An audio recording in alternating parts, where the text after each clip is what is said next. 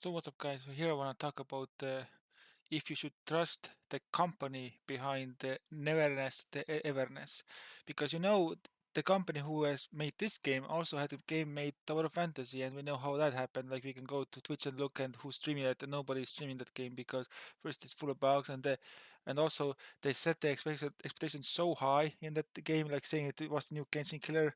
Quote me if I'm wrong, but they said that, and it never came to be because the only one that can kill Genshin is Genshin, which it seems like it's doing already very well on its own. But yeah, so why should you first even try this game? Well, first of all, it's a free game, so you don't have to put anything in other than your time. And while time can be valuable and expensive, it's not something that you won't lose. You won't need to put like $80 to buy a game like Dragon's Dogma and then see that it has microtransactions when you pre-order it. Like here you can just play it for free and see how the game is. So here's a good thing that this company already has done. It has already given us feedback because a company that communicates with its community is gonna give us trust that the gameplay will be as fun and what's most important as working like it should be, not like it shouldn't have bugs, which I expect this when this game launches like 1.0. I expect this game to have bugs. I expect this game to maybe not run well or have its hiccups around the way, but every other gacha game has had the same problems in these kinds of genres. Look at Genshin 1.0 and all the bugs it had. Look at Wuthering Waves 1.0 and the bugs it had. And this game undoubtedly also will have these bugs. But now it depends how fast the company itself address these issues. And you already in this post that they made, you can see how much they already have paid attention and listened to the community, which is a very good thing. Which also raises my expectations of the game a lot more. So let's see what they have the optimizations. After watching the trailer, I'm very excited but also very worried about the optimizations using Unreal Engine 5. Will the game be well optimized, especially for mobile play? They say optimization for multiplayer will be a key focus for us. We have received your concerns about mobile adaptation. Rest assured, we will do our best to ensure a smooth experience on mobile and cloud platforms, minimizing the quality gap with the other platforms.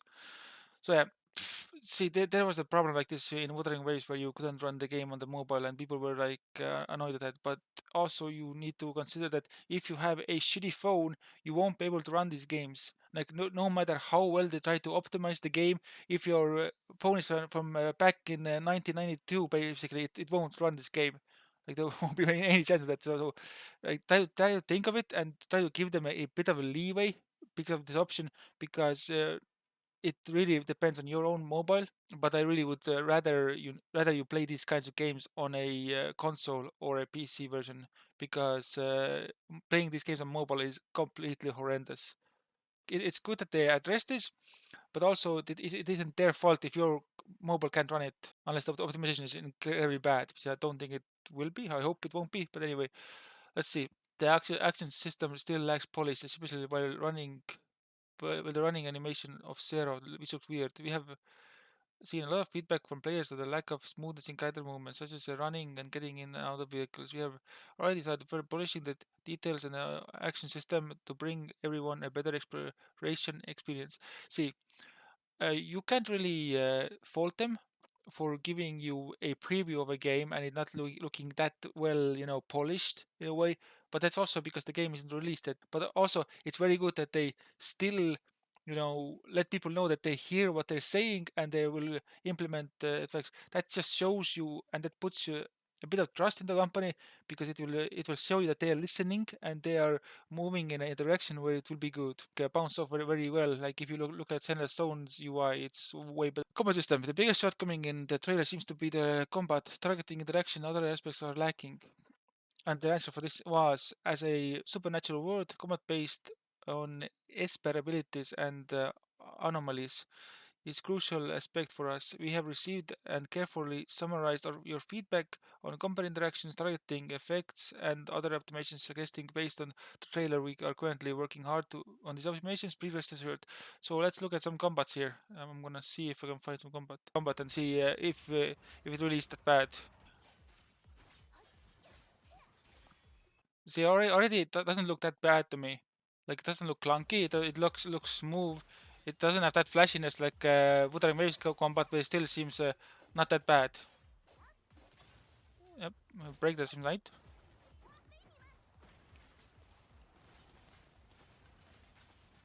So you can even see it breaks the environment of this combat, and that you can see that stuff works that. But yeah, you can see what they were trying to go for it, and I think down the line the combat will be even more optimized in the way and look better.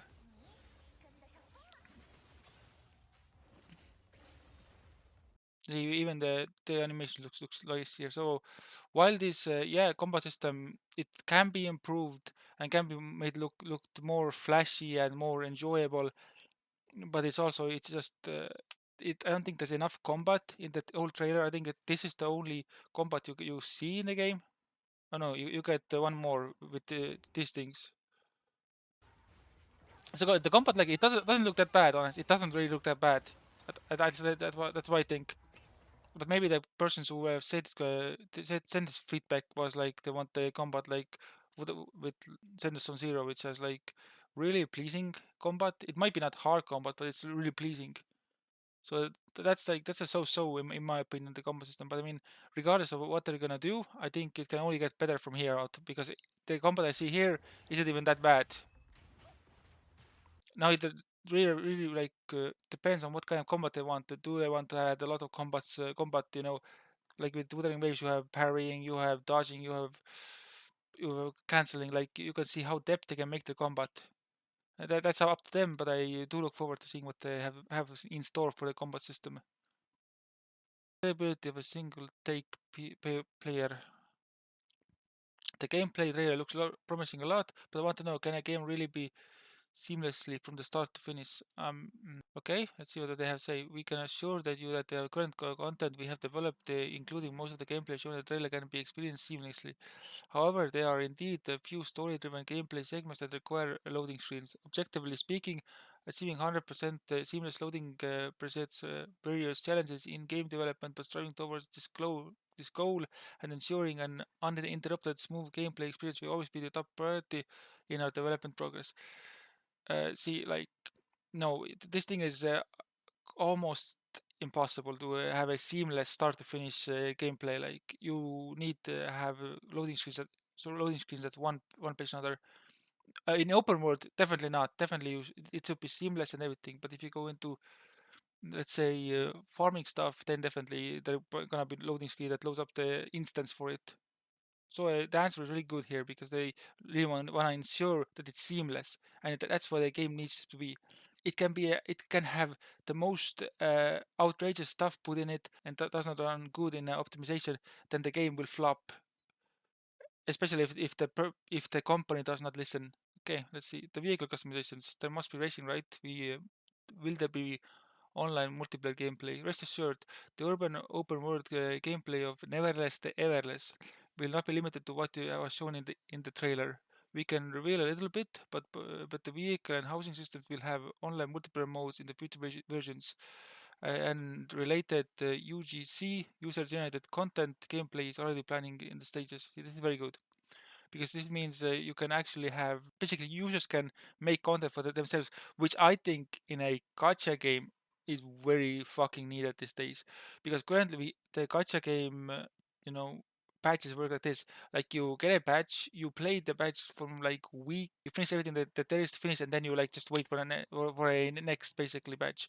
But having this user-generated content that you can make your content by yourself and have like let's take for example GTA. Like GTA has a lot of user-generated content where you can role play it, you can do a lot of stuff with it. But maybe I'm misreading this. If I am misreading it, please let me know. But that's I think is a good thing to have users being able to make their own content in the game because we know from the gacha games and the history of gacha games, like you will have this content patch and then you have a drought like for 3 weeks until the new patch comes. That's why most people like most streamers play like who are in the gachaverse play like different kind of gachas because they just don't have anything to do in that particular gacha. Like take for example fucking Genshin. Like I mean then you probably need to wait more than just 1 month. You probably need to wait like half a year to get content there. But I digress. Anyway, let's keep moving on. Character design and model quality. The characters shown in the trailer did not really appeal to me, and the model seems quite average. Well, if you think that's average, I mean, look at Sentinel Zone Zero, Soldier 11. Anyway, we have received a lot of suggestions from players regarding the character design and model quality, and we have taken them to heart. We are currently working on a series of optimizations for character rendering and design. We are also introducing more new characters soon, and we welcome your continued valuable suggestions and feedback. See, I disagree with this question here because they are really characters that do appeal to a certain variety of characters. I mean, there's the girl with the Sephiroth design, which is looks very cool. Then there's the doctor who is way too fucking hot to be allowed to any 20 feet near me. And then there's cool guys. Maybe I don't know. I haven't seen any. Probably we'll see.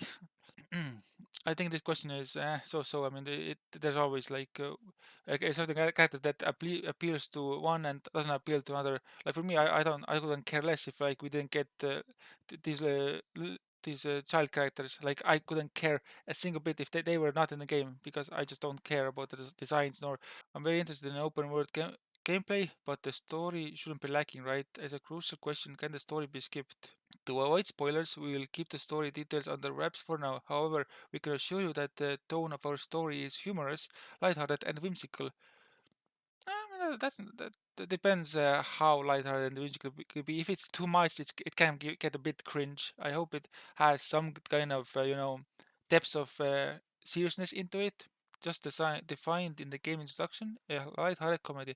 We aim to bring you enjoyable Amol, whatever that says, adventure. And as for the important question everyone is concerned about, as I said, the story can be skipped. This is the most important thing, especially for content that is not main story. Because if you cannot skip, helping a NPC that you do not care about, and you want to skip it, like allow me to skip it. Like if that's not an option, that already turns me off so much from a game. But yeah, I mean, good explanation here. I mean, if and test schedule. The first impression is great, but you won't go silent after releasing the trailer, right? Please don't make us wait forever. Good question. Regarding the steps for the game, we actually included a small Easter egg in the announcement trailer, which many players have noticed. Nevertheless, the Everness will make its first offline exhibition appearance in September. We look forward to meeting you soon and bringing more exciting content. This is just telling you that you don't have to be worried that the game will be coming out in like 10 years, like Cyberpunk did. But anyway, open world settings. I noticed that there was no combat in the city shown in the trailer. Does it mean that all battles are triggered in the inner world? About this question, you might have also noticed from the game introductions that this is a world where humans and supernatural beings are inseparable. The anomaly space shown in the trailer is just a spectacle rule to set to a particular anomaly. There are many other anomalies, different rules that have been enforced and fought in the open world. See, they answered this question pretty well because you can see that you fight these people in these anomalies, like in other universes, inner world, like you shown here. But also, if you go ahead in the trailer and you see that car scene, you can see that there will be a maybe a battle from outside. Like, see that you're gonna fight basically a Ghost Rider from this scene.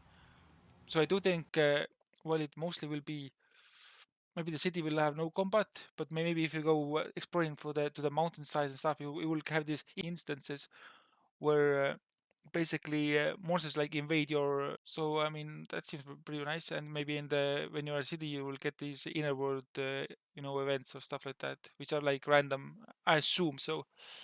But anyway, I like all these questions are valid. Like maybe some, maybe the fucking, maybe the character design and model quality. Maybe that's not really that question to be asked there because everyone has different tastes. But everything else looks really, promising. So again, like you don't have to play this game, but you also shouldn't dismiss this game because I've had a friend who is like, oh, it's the Tower Fantasy guys who said that their game will be the Genshin killer and give so many promises and then it just flopped on the ground like that. I think last revenue made like 850K, which is still a lot, but it's like nothing to the top contenders, which is Genshin, Honkai, and Wuthering Waves. But also, you just need to remember this game is free. Not nothing is gonna be like, oh, you can't progress further. You need to pay now to progress further. Nothing is about this game is like that, because it's a gacha game. At the end of the day, boils down to the point where you need to decide for yourself if you want to try a like RPG like this, and if you like this, if you like GTA, I'm probably sure you will like this. If the main concerns that I have are performance and bugs, and how quick they are to respond. At that moment, we will only see when the game launches. As I say this now, do not judge this game based off the past mistakes. The game company can make up for its past mistakes with their new game. So that's all I'm saying. So definitely give this game a chance. And if you like this video, I mean, give it a likes up or something.